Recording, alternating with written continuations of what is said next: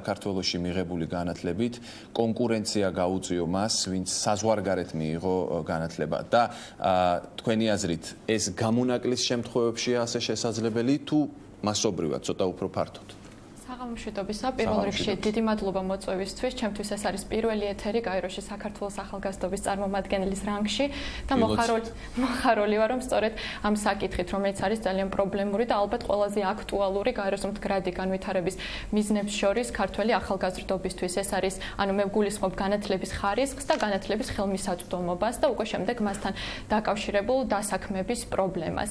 და ჩემი მანდატის გარეთაც მე თვითონ როგორც ადამიანი, რომელსაც მაქვს საერთო ჯამში 6 წლიანი გამოცდილება, გულისხმობ როგორც აკადემიური განათლება მიღებული საზღვარგარეთ, ასევე სამუშაო გამოცდილება.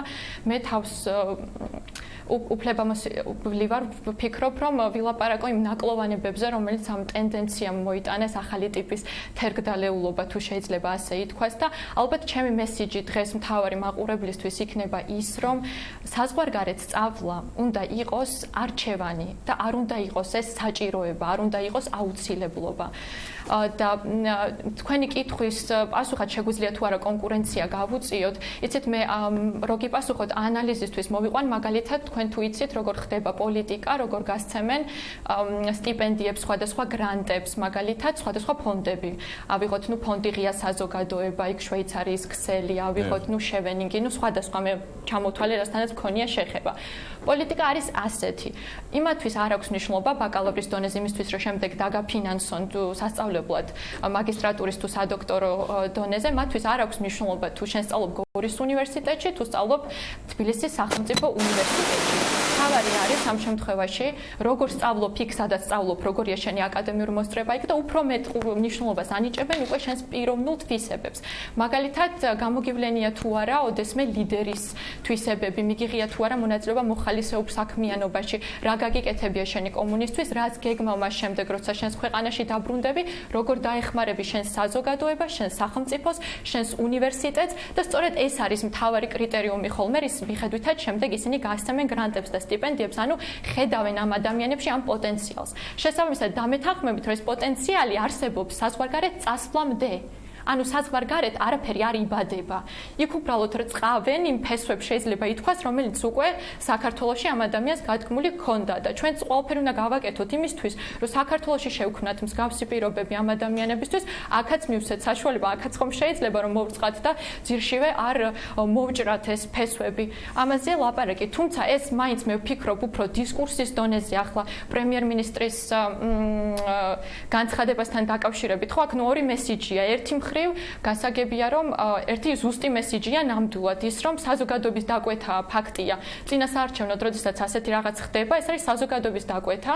ფაქტია, რომ საზოგადოებას მობეზრდა ეს ძველი სახეები და ხშირად ეპითეტსაც ხმარობენ ეს შაუბნელი სახეები, უნდათ ახალი ენერგია. მაგრამ ფორმაზე ვისაუბროთ. თქვენი აზრით, ამდენად სწორად იყო ეს ფორმა შერჩეული. შეიძლებოდა თუ არა ამას გამოეწვია გაღიზიანება? შეიძლებოდა და გამოიწვია კიდევაც ძალიან ბევრი გაღიზიანება. თქვენ სოციალურ მედიასაც გადაავლებდით ხალხს, რომ ძალიან ბევრი აგრესიულად იყო განწყობილი, იმიტომ რომ მათ გაუჩნდათ ესეთი შთაბეჭდილება, რომ თუ არ აქვთ დამთავრებული საზღვარგარეთ უნივერსიტეტი, სხვადასხვა მიზეზების გამო შეიძლება იყოს, რომ სხვისი სიტყვაზე იყო ესეთი განცხადების, სხვისი სამთვიანი კურსი საზღვარგარეთ უფრო წონიანია, მათ გაუჩნდათ ესეთი შთაბეჭდილება, ვიდრე საქართველოში დამთავრებული უნივერსიტეტი.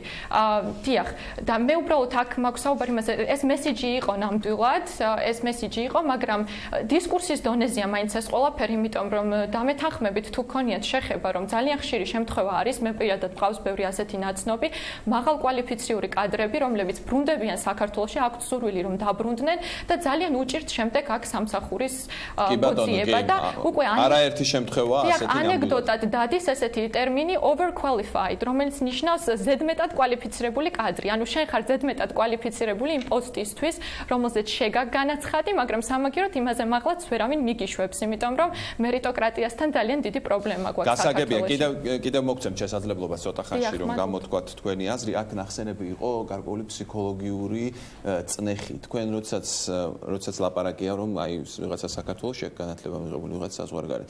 თქვენ გიწევთ